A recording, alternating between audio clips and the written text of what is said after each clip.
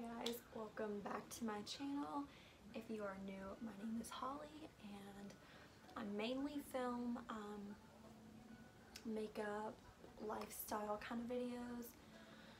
So today I figured I would film something that I feel like doesn't get talked. I mean, I guess it does get talked about, but not nearly enough as it should. If you clicked on this title, then you obviously know this is about anxiety and depression and my personal struggle with it. This is going to be a little difficult to film. It's touchy. So if I seem like a little nervous or like all over the place, then yeah, that's why. Because this is my life.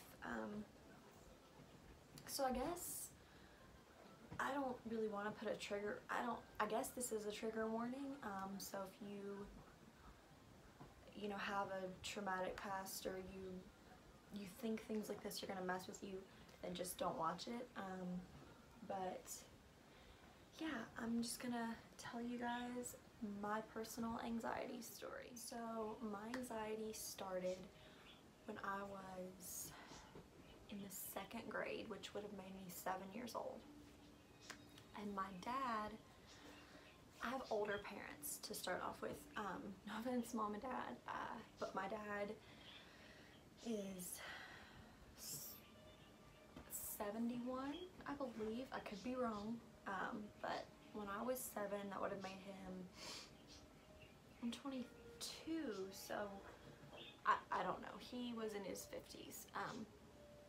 So when he was like 50, I want to say 54 maybe, he had a stroke. And I didn't really know much about death at that age. You know, I was 7. I thought the world was, you know, nothing could hurt me, like, you know, everything was rainbows and unicorns and you know, just young and innocent. So I find out that my dad had this massive stroke, and honestly it's a freaking miracle that he's alive. But I was in 2nd grade, and I remember I had a really hard time going to school. And I don't know why. I think it was because once I found out that my dad was sick, I was like, okay, well what, I'm gonna get like sick like that, you know, and something's gonna happen to me. And I remember, and there were a couple of girls that would bully me, and in 2nd grade, like, there should not be bullying in 2nd grade. Like, it should not happen, but unfortunately it did. And there were sexual comments made to me when I was 7 years old. That should have never happened. But that increased the just overall, like, nervousness, and I didn't want to go to school, and I didn't want to be there. I was scared something was going to happen. And then one day in class, super random, I guess, but this guy was sitting behind me and he vomited, and it scared me so bad. I didn't want to go to school. I guess I developed a fear of vomiting, and I didn't want to go to school.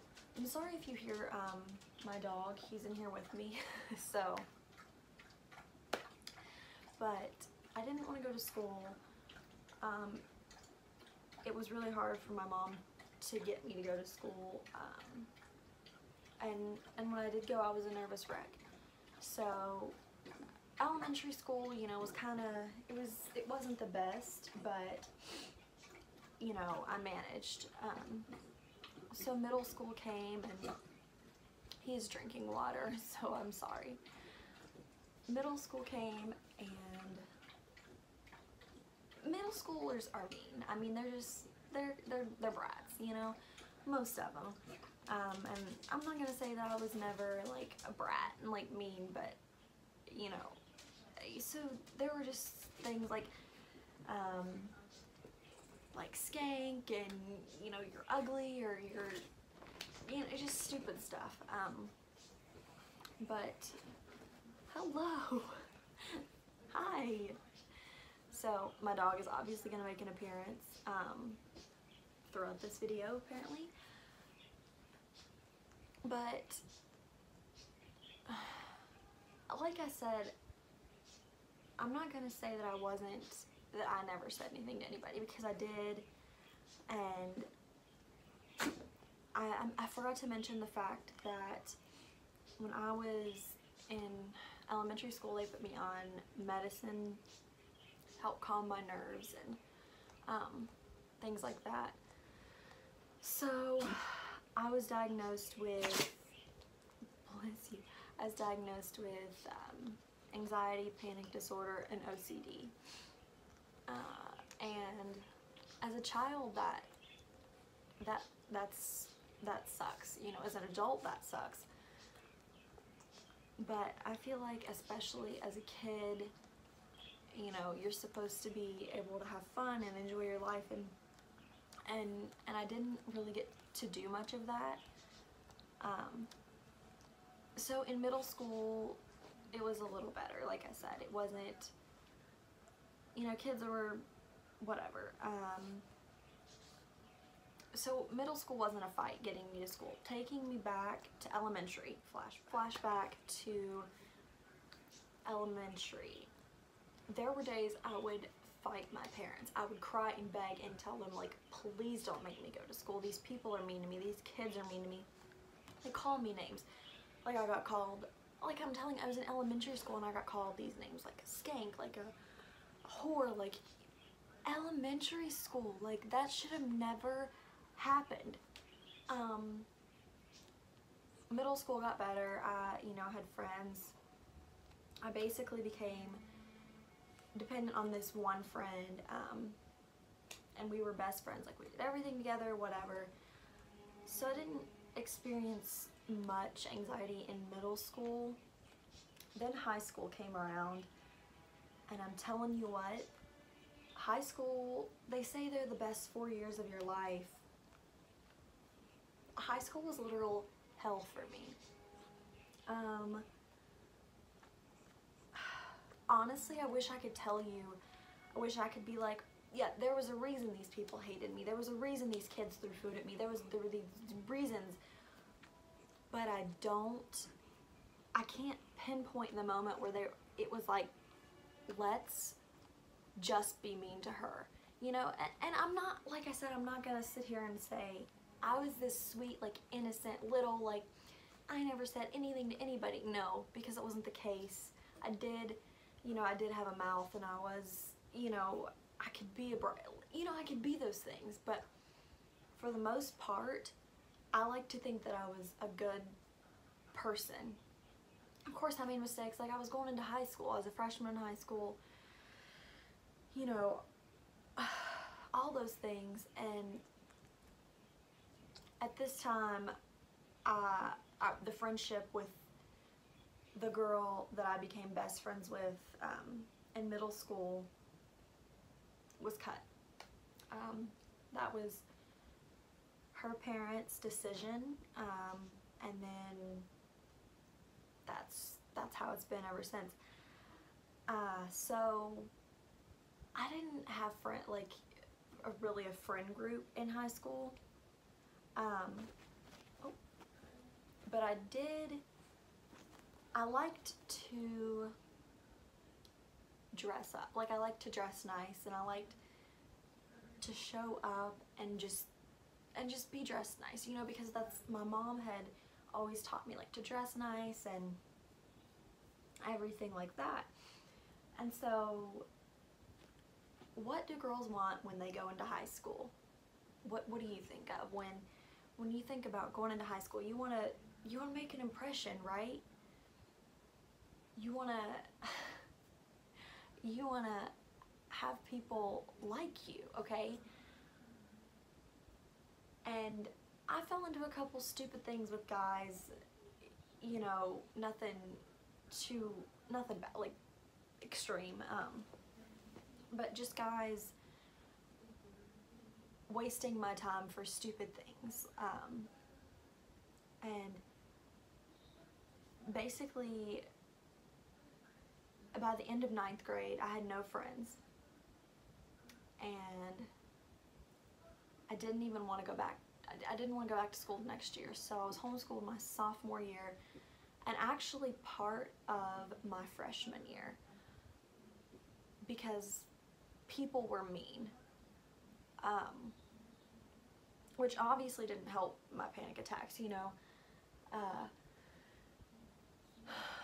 And like I said, I was no angel, I was no saint, but I definitely did not deserve the things.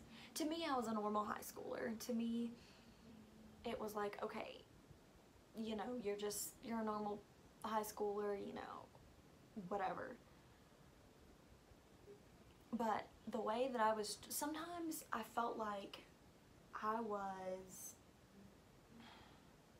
in a zoo, but I was the animal, like. And of course, I decided that I was going to be brave and go back sophomore year. I was in theater classes and I loved theater. I still love theater with a passion. That was where I met my first like legit boyfriend. That was just so cool. I loved theater. It was the one class that I felt like I could fit in, if that makes sense. I never felt like I fit in high school, and I would have panic attacks during school and about school, and just the things that people would say to me, like, you're a whore, you're just all these things. And I don't want to go into detail about the names because it's hard. It's hard to think about, to take you back to that time. And I started to fall behind in school. So I didn't think I was going to get a graduate class, and that was stressful in itself. And my confidence was like, it was down the drain. But I still, like, I persevered, and this probably sounds stupid, but I mean, there was like stuff written on the bathroom walls about me that wasn't even true. Like, there were rumors about me that I can't even like fathom making up about somebody. I don't know where these people got it. And it was like, you see it in movies. You see these girls or these guys or whoever, and it's almost like they've got a freaking scarlet letter, and it's like, or a target on their back that's like, pick on me. It's me. I felt like the black sheep of the whole school. And so junior year, probably the worst year. Let me fast forward again. So junior year, like I said, I walked into, this is Dash, my dog, by the way, the cafeteria. I don't remember exactly the detail, but basically this girl and I exchanged words, and I believe I turned my head just to walk away or whatever it was, and she got me in my temple at least 5 times. And I was a tiny thing in high school. I was probably like 112 and like 5'6". I mean, I wasn't big. I was like a stick. And she was muscular, you know. And she got me in my temple at least 5 times. And at this point, like, when you get hit so many times, I'm getting disoriented, and I can't think, but I can hear. And I hear these people, and they're like, yeah, get that bitch, like, knock her out. And I'm looking around, and the room is like it's spinning because, for one, like, my head is getting pounded in, and the and their words, and I don't know what to do because hello, like, I'm getting, beaten. And then somehow, I guess my lip got busted. And honest to God, there's probably video footage of this still circulating. Mind you, I was a junior. I graduated in 2014, so this was in 2013. But I'm sure there's still video footage. I never want to see it again. But that's the point. Point is, I remember no one helped me. No one tried to break it up. Yes, they did. I take that back. A teacher did. As far as kids went, no one helped.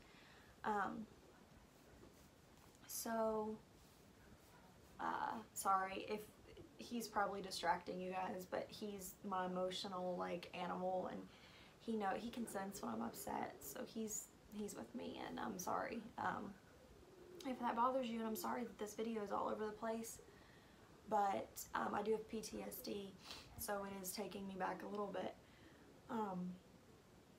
So at this point, the secretary comes out, and she basically, like, drags me into the office because I almost passed out, I've got a concussion. So I guess they looked at the footage of the fight, if that's what you want to call it, and I guess from where my reflex, like, smacked her, I got suspended 5 days, as did she. And I remember calling my dad, being like, Dad, I didn't touch her, like, I didn't hit her, like, I didn't, and I don't remember doing it.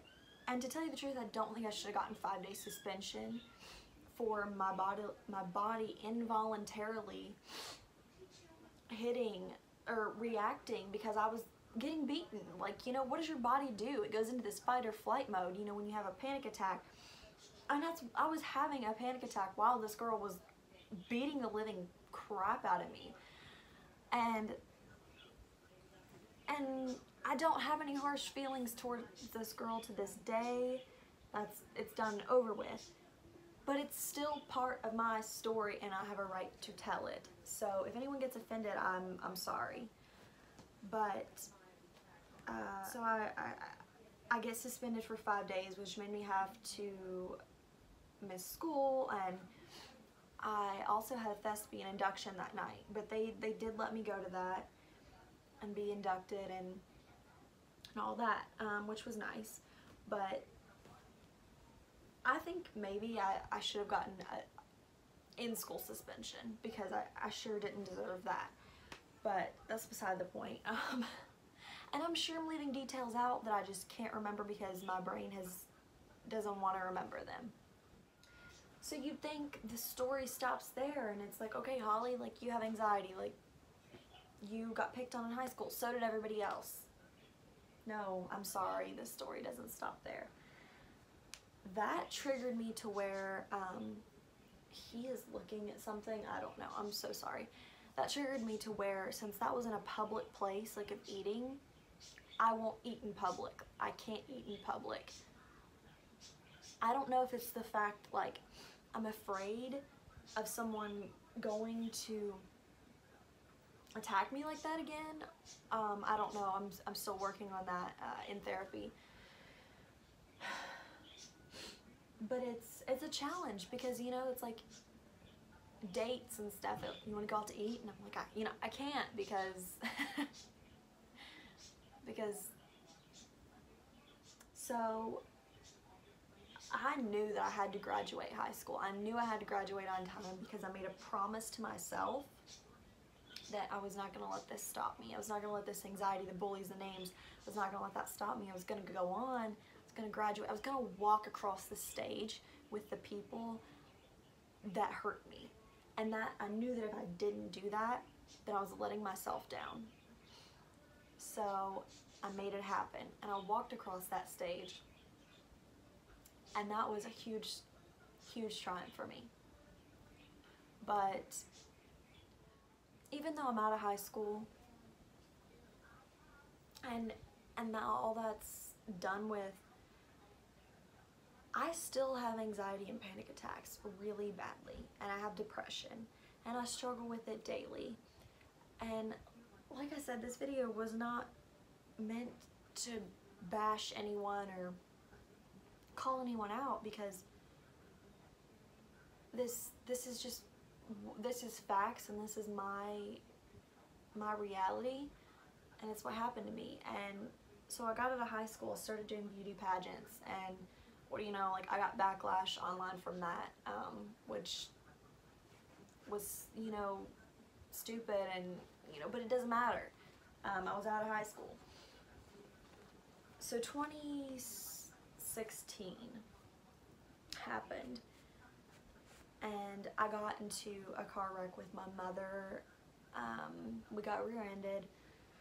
It was the day before a pageant, and we got rear-ended. I blacked out for a few seconds. And the reason I'm telling you this is because now it's hard for me to this is so deep. I'm telling you guys everything. I'm not holding back, because I don't know, maybe this will help somebody and know that they're not alone. So we were rear-ended, I blacked out, you know. Anyway, I had you know, aches and pains. I wasn't, you know, I got discharged from the hospital. I was good. I went to the pageant the next day. But my thing is, it's hard for me to ride in cars with other people. I like to drive by myself. Even though it wasn't my mom's fault, oh, I'm so sorry. Even though it wasn't my mom's fault and we were at a red light and it was the other person's fault, it doesn't matter. I have to be the one driving if I'm going somewhere. That sucks, but that's the way my brain has trained itself. It's like, no, you either drive yourself or you're not going. So I'm currently working on that. I'm a work in progress. And for everyone watching this, I don't want you to think that this is just for sympathy. Like, please feel sorry for me, because it's not. I don't want you to feel sorry for me. I want you to take something from this. I want you to understand that you're not alone, and even in the darkest times, it doesn't matter, you're not alone. And I have a great support system. I have great parents. I'm thankful that my dad is still alive, and but you do need to be careful when you're in relationships, friendships. It doesn't matter, because I will tell you that I was in a relationship with someone who didn't understand my anxiety and my depression, and at first I thought they did, you know, but they didn't. It turned out, basically just be careful who you associate yourself with and who you let know about it, because you can't go back. I wish I could go back and no, I don't, you know, because it really taught me something. It really taught me who I could trust and who I couldn't, and what kind of situations I needed to learn to stay away from, and who to put my trust in, and what kind of people not to put my trust in, and if they didn't understand that there were certain things that I couldn't do because of my anxiety, and they weren't totally okay with that, or they didn't try to really help, then they weren't for me, and that's fine. But please, for the love of God, if you are ever in a situation or a relationship or a friendship like that where they don't support you and they don't get it, you need to leave. Okay, because I let it go on for too long. And I'm gonna repeat myself. This is not a video trying to bash someone and make them look bad.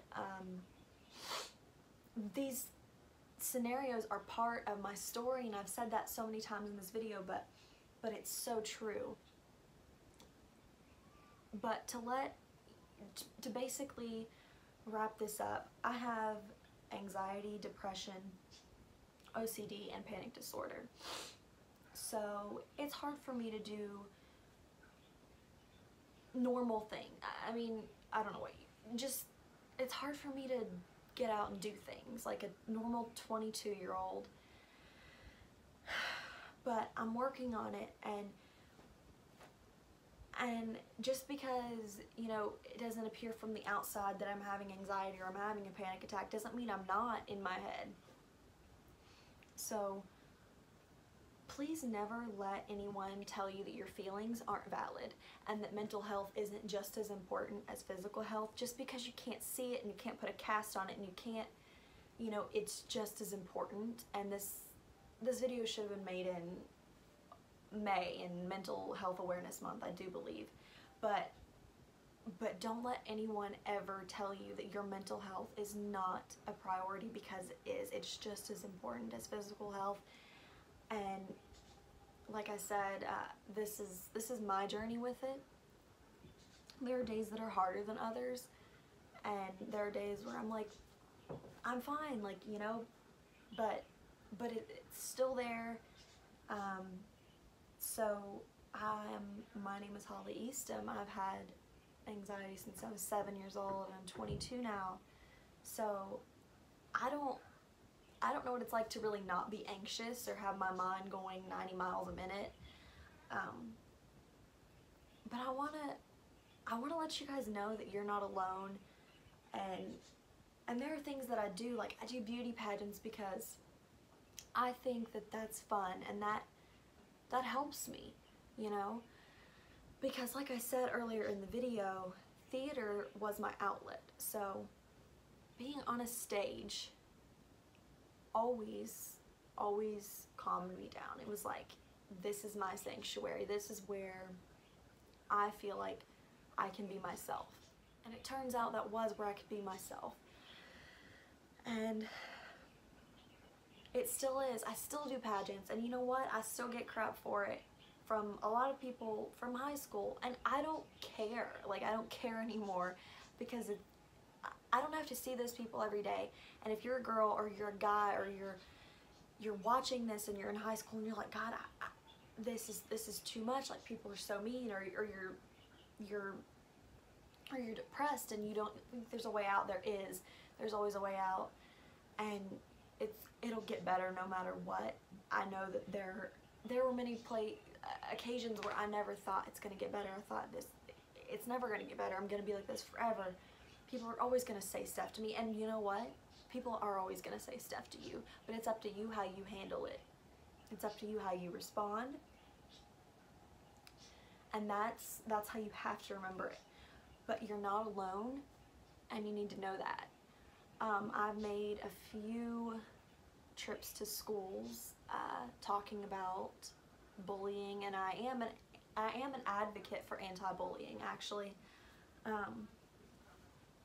because I know what it's like to be in those shoes. And if you're watching this and you're thinking,